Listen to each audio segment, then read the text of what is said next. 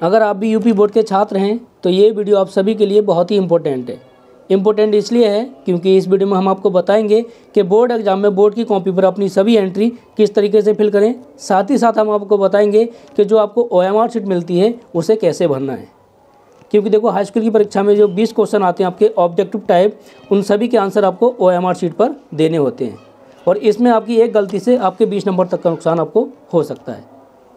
बहुत सारे बच्चे इसमें गलतियां कर देते हैं और उनकी इसी गलती से उनके 20 नंबर तक कट जाएंगे।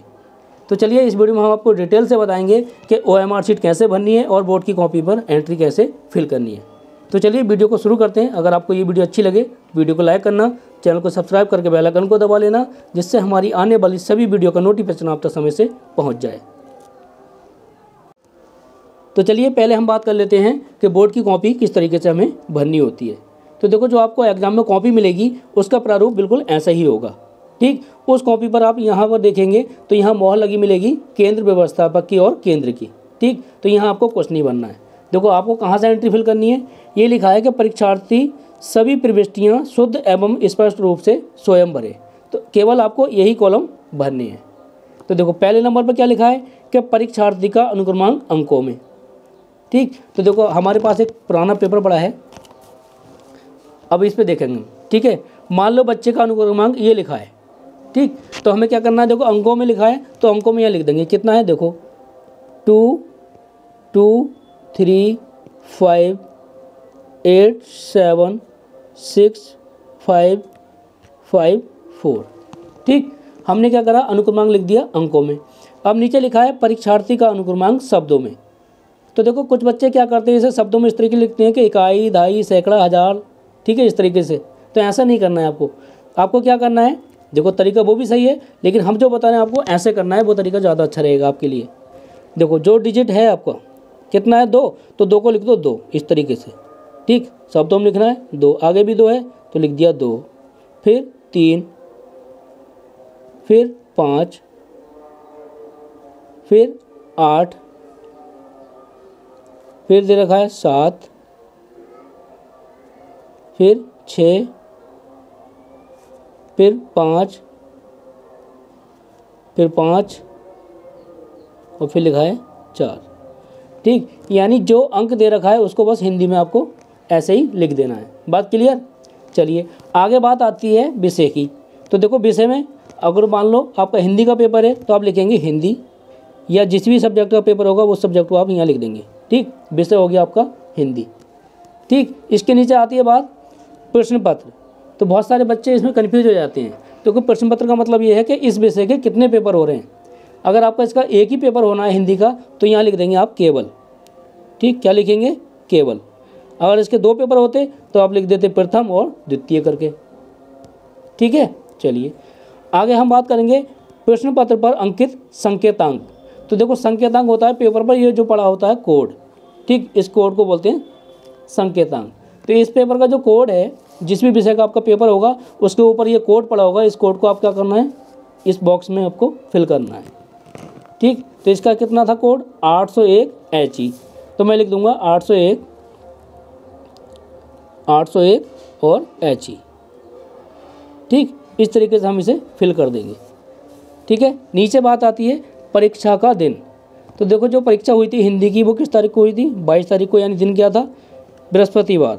ठीक, तो लिख देंगे बृहस्पतिवार। ठीक, नीचे हम बात करेंगे परीक्षा की तिथि। तो परीक्षा की तिथि यानी क्या दिनांक थी उस दिन, तो थी तारीख 22/2/2024। बात करें पाली की, तो जो पेपर सुबह में होगा उसके लिए हो जाएगा प्रथम पाली, और जो शाम में होगा उसके लिए हो जाएगा द्वितीय पाली। ठीक, नीचे लिख देना है अपना केंद्र का नाम, जिस भी विद्यालय में आपका सेंटर गया है। ठीक, जहां आप परीक्षा दे रहे हैं। बहुत सारे बच्चे इसमें कन्फ्यूज हो जाते हैं कि उनके एडमिट कार्ड पर 2 एड्रेस पड़े होते हैं, एक तो उनके विद्यालय का नाम होता है, एक केंद्र का नाम होता है। ठीक, तो कुछ बच्चे अपने विद्यालय का नाम भी यहाँ फिल कर देते हैं। आपको उस विद्यालय का नाम लिखना है जहाँ आपकी परीक्षा हो रही है। ठीक, मान लो आपका सेंटर गया है किशोर इंटर कॉलेज रायपुर, बिलासपुर और ये रामपुर। ठीक, यानी जिस भी जगह आपका सेंटर गया है उस स्कूल का आप नाम यहाँ फिल कर देंगे। ठीक है, आपको नीचे कुछ फिल नहीं करना है। ये लिखा है कक्ष निरीक्षक भरें। ठीक। तो जो आपके कक्ष निरीक्षक होंगे जिनकी ड्यूटी आपके रूम में पड़ी होगी वो इसे फिल करेंगे, ठीक है। इतनी एंट्री फिल करने के बाद में आपको कॉपी पर ऊपर पृष्ठ पर कुछ नहीं फिल करना है, ठीक, बस अपना पेपर करना है। चलिए आगे हम बताते हैं कि OMR शीट कैसे भरनी होती है। बात करें OMR शीट की तो एग्ज़ाम में जो आपको OMR शीट मिलेगी उस पर आपका रोल नंबर जो होगा वो पहले से ही पड़ा होगा, ठीक है। इस एरिया में आपको कुछ भी नहीं भरना है। आपको कहाँ भरना है, देखो नीचे लिखा है प्रश्नोत्तर के चारों विकल्पों में से जो सही हो उस गोले को नियमानुसार भरा जाए, ठीक। कितने गोले हैं, देखो 1 से 20 तक, ठीक। आपको जो पेपर मिलेगा, ये मेरे पास हिंदी का पेपर है, ठीक है। इसमें 20 क्वेश्चन आपके ऑब्जेक्टिव है, ठीक। क्वेश्चन नंबर 1 से लेकर के 20 तक ऑब्जेक्टिव क्वेश्चन है। तो इन सभी के आंसर हमें क्या देना है, OMR शीट पर ही देना है। तो देखो मान लो पहला क्वेश्चन है आपका कि रक्षाबंधन नाटक के नाटककार हैं, ठीक। तो आपके हिसाब से मान लो ऑप्शन बी सही है, तो इस क्वेश्चन का बी वाला गोला आप क्या कर दोगे, काला कर दोगे इस तरीके से, ठीक। इस तरीके से आप भर दोगे।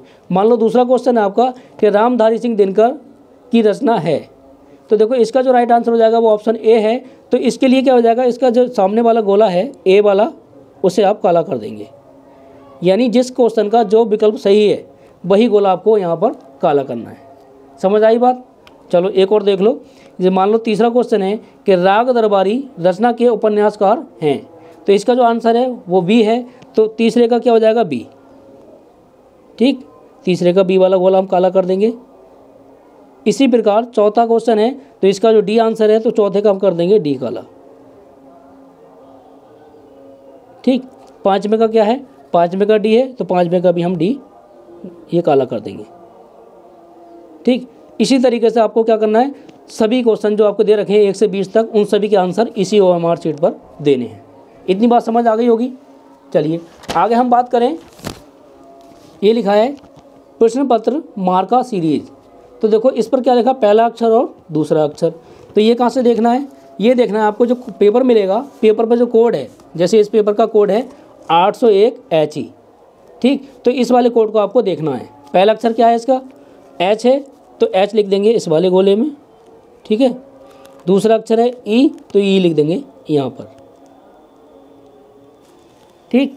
अब ये लिखने के बाद में क्या करना है आपको, ये लिखने के बाद में नीचे जो आपको गोले दे रखे हैं इसमें H वाले गोले को काला करना है। देखो इसमें H कहाँ है, H ये है, तो इस H वाले को हम काला कर देंगे, ठीक। इसी तरीके से इसमें देखेंगे E कहाँ है, तो जहाँ E होगा उसे हम काला कर देंगे। ये E है तो इसे काला कर देंगे,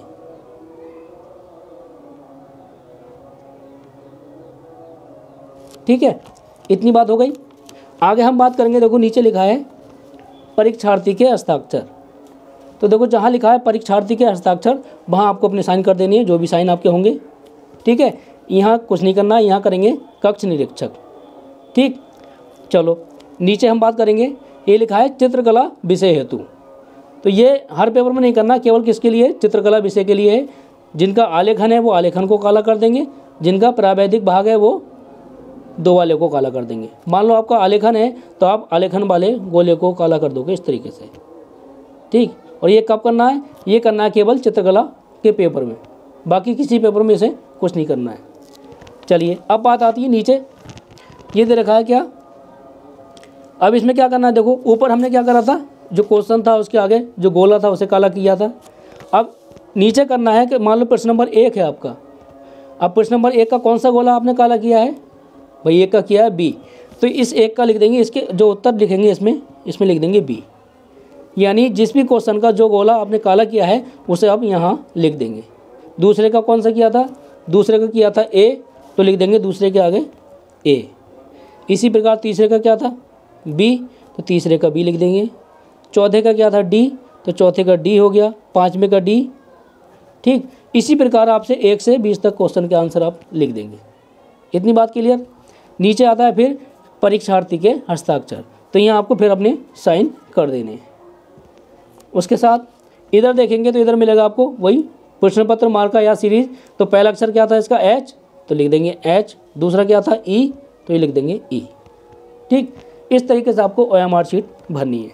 बहुत सारे बच्चों ने इसमें बहुत ज़्यादा गलती कर दी, ठीक है। अगर आप इसमें गलती कर दोगे तो OMR शीट आपकी चेक नहीं होगी, ठीक, चलिए, हमें उम्मीद है आपको ये वीडियो अच्छी लगी होगी और आप अच्छे से OMR शीट भरना सीख गए होंगे। तो चलिए, इस वीडियो में बस इतना ही। मिलते हैं नेक्स्ट वीडियो में, जिसमें कुछ और इंपॉर्टेंट टॉपिक आपके लिए लेकर आएंगे। अगर आपको ये वीडियो अच्छी लगी हो तो वीडियो को लाइक करना, चैनल को सब्सक्राइब करके बेल आइकन को दबा लेना, जिससे हमारी आने वाली सभी वीडियो का नोटिफिकेशन आप तक समय से पहुँच जाए। तो चलिए, मिलते हैं नेक्स्ट वीडियो में, तब तक के लिए बाय।